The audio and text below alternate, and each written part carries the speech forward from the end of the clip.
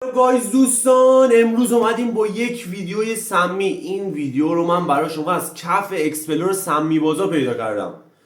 یک ویدیوی سم، نگیم سم، بگیم شاهکار که سازندش ناراحت نشه. طبق مراتب پیش میریم. ویدیو چیه؟ یک ویدیو با یک سناریو فوق جذاب با بازیگری فرید کنزو. آره، یکی از شاهکاراشه. شاهکارهای زیادش هستش. اگه دوستان این شاهکارهای زیادش رو مورد بررسی قرار بدیم، ویدیو رو لایک کنید، تو کامنت ها بهم بگین. من هم که از خودم اصلا اینا رو بررسی کنم، مورد بررسی قرار بدم. بریم سراغ ویدیو بدون برو برگرد. Let's go.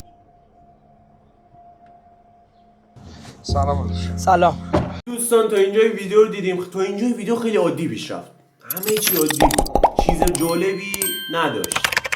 یه زن یه مرد سوار شدن. فرید کنزو هم که راننده اسنپ بود، همیشه در خفا کار میکنه بودش. ادامه ویدیو تازه به نکات مهمش میرسیم. بزن بریم ادامه ویدیو رو ببین. دوست عزیز میشه از چمران بری؟ از چمران چرا؟ از یادگار بریم که سریعتر میرسیم. من مقصد دوم میزنم، بی زحمت از چمران بریم. باش. مرسی. اون موزیکت هم بی زحمت زیاد کن، دست داده. چطور بود گذشت؟ میدونستی هر روز خوشگل‌تر از دیروزت میشی؟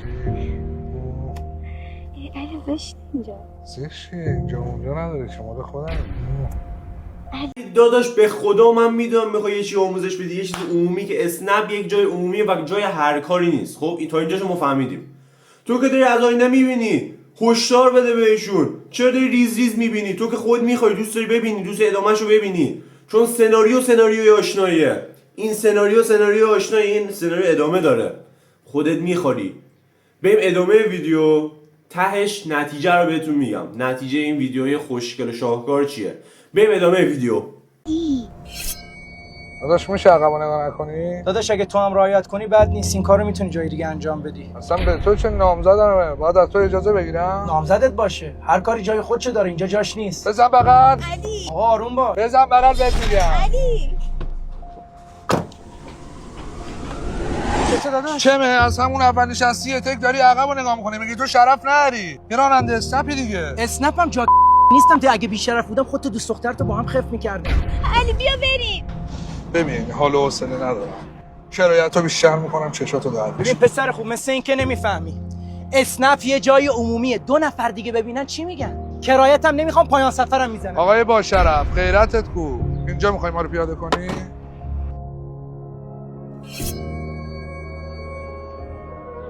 فقط به یه شرط میبرم.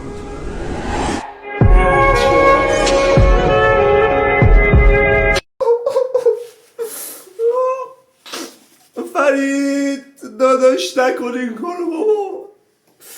فرید گفتن همه آخر داستان خوبه، ولی نه اینجوری. خیلی خوب بود، اشکمو در اومد بابا. یعنی چی مرد رو به جلو سوار میکنی شرط میزنی؟ ناموس و وسط جاده تنها نذاشتی. تو خیلی با ناموسی. میدونم میخوای یه چیز اجتماعی، یه چیز عمومی رو درس بدی. خب قشنگ‌تر درس بده. چه سناریویه؟ من که میدونم از یه جا دیگه گرفتی. کاری نکن پتو بریزم روی آب. ما داریم اینجا زحمت میکشیم. ما مشکل نداریم، ما داریم زحمت میکشیم. دوستان این ویدیو دیگه نمیتونم بکشم. اشک ما در اومد، قلب ما تیر کشید. این ویدیو رو دیگه نمیتونم ادامه بدم. اگه دوست دارین از ویدیوهای شاهکار دیگهش بر مورد بررسی قرار بدم، کامنت بذارید. فالو هم بکنید، مرگم نکنید. تا ویدیوی دیگه، پیس.